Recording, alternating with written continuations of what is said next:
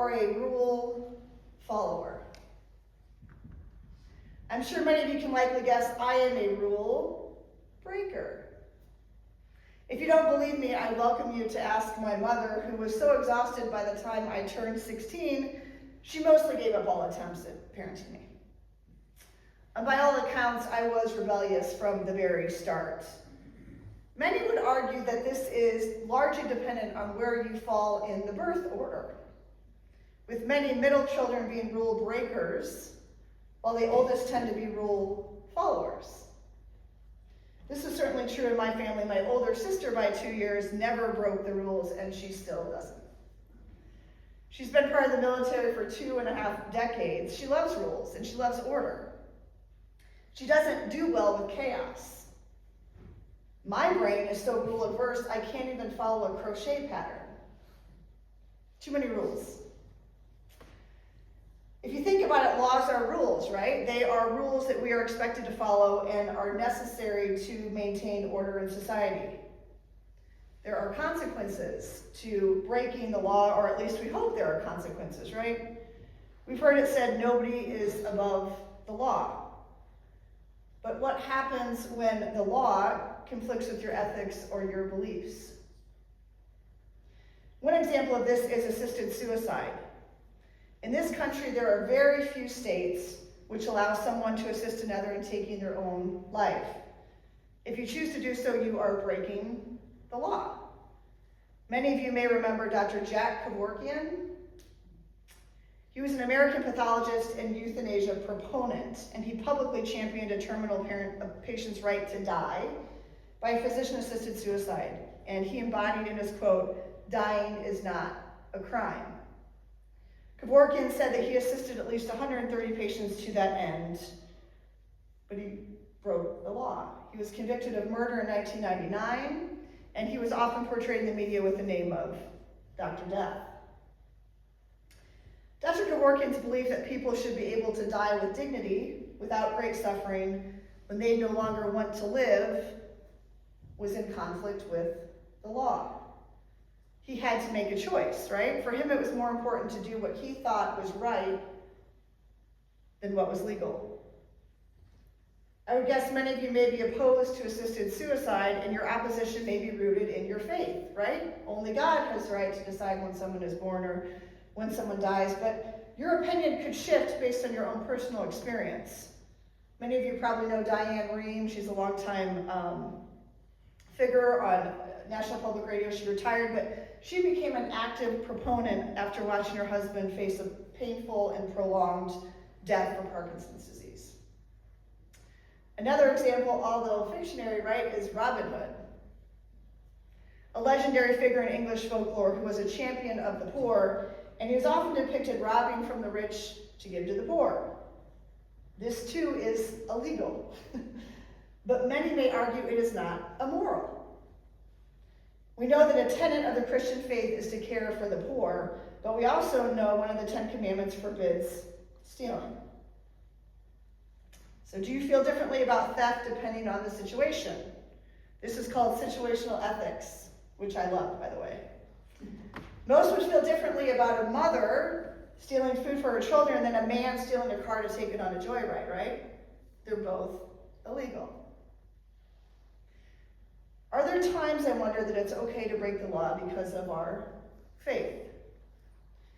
Peter and the apostles thought so this morning, right, in the book of Acts, and they responded, "We must obey God rather than any human authority."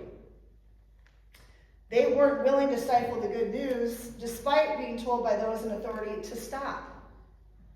When confronted, in fact, they were openly defiant. They were openly defiant to authority. And they had just crucified Jesus, right? You think that they would have not wanted to defy that authority, but they did. I can only imagine how fearful they were that they might be next, and yet they were not silenced. They chose courage over cowardice in that moment, even though many of them chose cowardice in the preceding chapters, right? It's never too late. You know who else showed great courage? Thomas. I've long thought Thomas got a bad rap. with the whole doubting Thomas bit. I'm currently doing what we call a gig at work, which is basically I do my regular job and then I do additional work. So I'm training all the new hires in my division at my company. And I often tell these learners, these big cohorts, right, if you have a question, it's likely that someone else in this group has the same question. So I wondered, did others have the same question Thomas was courageous enough to ask out loud? Did Thomas say the quiet part out loud? I think Thomas was a rule breaker. He broke decorum to ask what he did.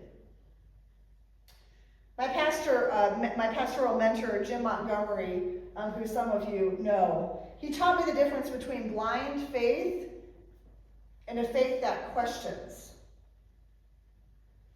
He would argue a faith that questions evolves versus blind faith being stagnant.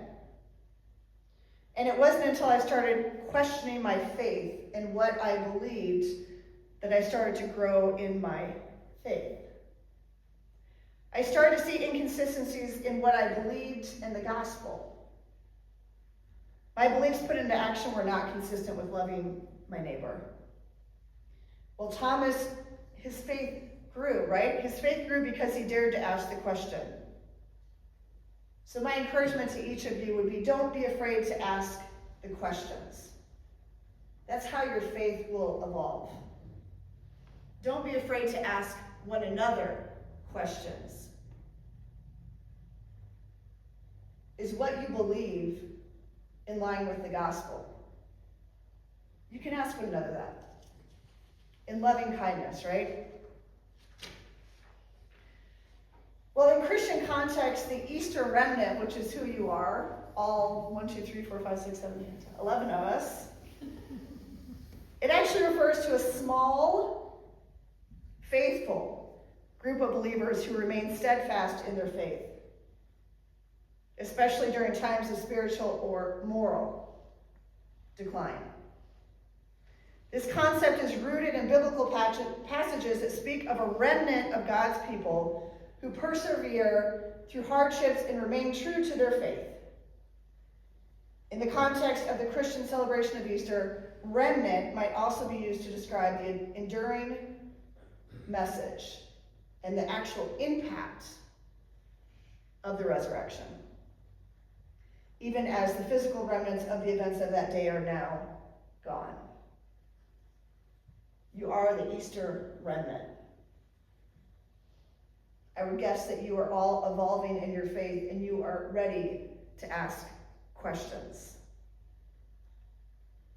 So ask your questions. Be the Easter remnant, right? I'm confident you can do so. Amen.